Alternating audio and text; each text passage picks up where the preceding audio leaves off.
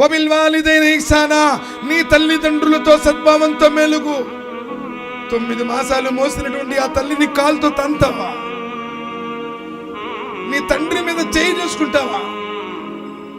వారిని పశువుల కొట్టాల్లో అనాథాశ్రమాల్లో చేర్పిస్తావా? ఎంతమంది తల్లిదండ్రులు సార్ కొంచెం చేపాగండి రోడ్ల మధ్య డివైడర్ లో పరుకుంటున్నారు తెలుసా? ఒకవేళ ఆ నిద్ర మొత్తులో ఎటువైపు తిరిగినా ఏ బస్సో ఏ లారీయో దాని టైర్ల కింద పడి నుచ్చైపోతారే. ఎలా పెంచారు నిన్ను? నా కొడుకు రాజు కావాలనుకున్నారే, నా కూతురు మహారాణిలా ఉండాలనుకున్నారే. అదేనా వారు చేసిన తప్పు?